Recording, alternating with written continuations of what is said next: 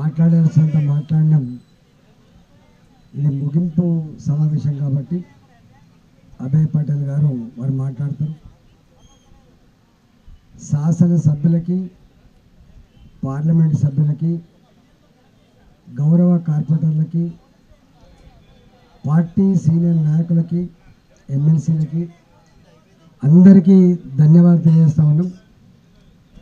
మహేశ్వర్ రెడ్డి గారు శాసనసభలో మన నాయకుడు కాబట్టి శాసనసభలో అనేక విషయాల్లో అనేక సమస్యలను ప్రస్తావించినప్పటికీ నిమ్మకు నీరెత్తినట్టుగా వివరించింది కాబట్టి రేవంత్ రెడ్డి ఎవరి మాట వినడట, మాట విననివాడు సైకో అవుతాడు.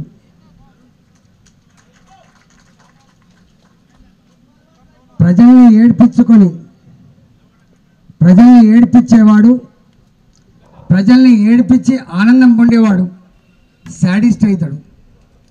మరి ఆ సైకోగా శాడిస్ట్గా ఆ బాధ్యత నిర్వహిస్తున్నాడు కాబట్టి దీనికి గుణపాఠం చెప్పగలిగే సత్తా శక్తి భారతీయ జనతా పార్టీగా మనకు నాయకత్వం వహించే బాధ్యత ఉన్నప్పటికీ కూడా తెలంగాణ రైతాంగం, తెలంగాణ ప్రజలు మాత్రమే వాళ్ళ యొక్క తాట తీసే ఆస్కారం ఉంది కాబట్టి, వారి మెడలు వంచే ఆస్కారం ఉంటుంది కాబట్టి తప్పకుండా ప్రజాక్షేత్రంలో ఆనాడు కాంగ్రెస్ పార్టీ అబద్ధాల హోరులో ఎట్లయితే బీఆర్ఎస్ పార్టీ మట్టి కరిచిందో ఇవాళ మళ్ళీ అబద్ధాల పునాల మీద వ్యవస్థ నడుపుతున్నటువంటి రేవంత్ రెడ్డి కూడా ప్రజాక్షేత్రంలో భంగపాటు తప్పదని చెప్పి ఈ సందర్భంగా హెచ్చరిస్తూ ఉన్నాం.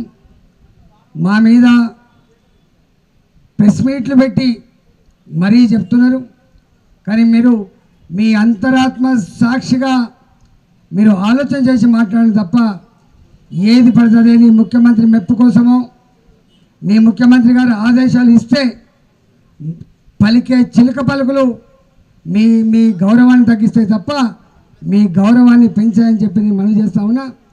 నేను చూస్తున్న ఈ మధ్యకాలంలో ఇవాళ వ్యవసాయంలో రైతులంతా కూడా ఇంకా ఏమని ఎదురు చూస్తున్నారు, ఇగ ఇస్తారో అగ ఇస్తారో రేపు వస్తుందో మాపొస్తుందో అని చెప్పి ఎదురు చూస్తున్నారు. నేను రేవంత్ రెడ్డి ప్రభుత్వాన్ని డిమాండ్ చేస్తున్నా, బేషరతుగా బ్యాంకులలో వాళ్ళకు 3 లక్షలనియా 4 లక్షలనియా నీకు అక్కర్లేని సబ్జెక్టు నీవిచ్చే 2 లక్షల రూపాయలు వాళ్ళ వాళ్ళ అకౌంట్లలో ఎవరి అకౌంట్లో వాళ్ళకి ఇవ్వాలి తప్ప ఇవాళ తల్లికి కొడుక్కి సేమ్ కార్డు ఉంటే ఇద్దరిని కలపొద్దని చెప్పి నేను డిమాండ్ చేస్తున్నా. దాని ప్రకారంగా కనుక ఇవ్వకపోతే రేపు నీ ప్రజాక్షేత్రంలో అదే రైతులు నేను ఎట్లయితే నమ్మినరో గట్లనే బొంద పెడతానని చెప్పి బొంద పెట్టకముందే మీరు చదువుకోమని చెప్పి నేను మనవి చేస్తా ఉన్నా. ఇక రేపో మాపో ఎల్లుండి 3వ తారీఖు నాడు మళ్ళీ ఒక ధర్నా ఉంది, ఇక్కడ రింగ్ రోడ్ ధర్నా ఉంది. దాని గురించి అదే రోజు చెప్తాం. మళ్ళా అదేవిధంగా నిన్న కోర్టు ఒకవేళ సిగ్గుంటే ఇవి కలెక్టర్ అన్న మాటలు కాదవి, ఎంఆర్ఓ అన్న మాటలు కాదవి, ఐపీఎస్ ఆఫీసర్లో ఐఏఎస్ ఆఫీసర్లు అన్న మాటలు కాదు. స్ట్రేట్గా ఈ హైడ్రా రేవంత్ రెడ్డి మదిలో పుట్టినటువంటి తనకి ఇష్టమైన పుత్రిక అని చెప్పి చెప్పుకుంటాడు. Brain child Revanth Reddy, brain child Hydraa. Revanth Reddy brain child Musi ప్రక్షాళన కాబట్టి ఇవాళ ఆ రెండిట్లో అధికారులే రోజొక స్టేట్మెంట్ ఇస్తున్నారు.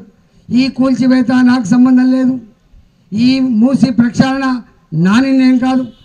ఏ అధికారిని అడిగినా కూడా తప్పించుకునే స్థాయికి వచ్చిందంటే అది ఎంత పేలవంగా ఎంత ప్రజాక్షేత్రంలో ఏవగించబడుతుందో అర్థమవుతుంది. కాబట్టి హైకోర్టు వేసిన మొట్ట కాయలు ఇవాళ ఆఫీసర్లు కాదు, నేరుగా రేవంత్ రెడ్డికి తగిలింది. కాబట్టి నిజంగానే కనుక నీకు నిజాయితీ ఉంటే, ప్రజల మీద ప్రేమ ఉంటే, చట్టం మీద నమ్మకం ఉంటే రాజీనామా చేయాలి.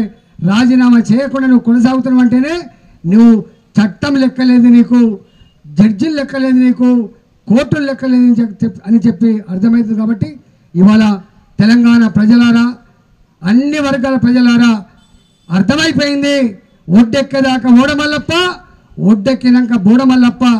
ఆనాడు అమెరికాలో మాట్లాడినట్టుగా మోసగించే వాళ్ళని తెలంగాణ ప్రజలు నమ్ముతారని చెప్పేసి మాట్లాడినవో ఇలా మా ప్రజలు మోసగించబడుతుండొచ్చు, కానీ పదే పదే మోసగించబడరు.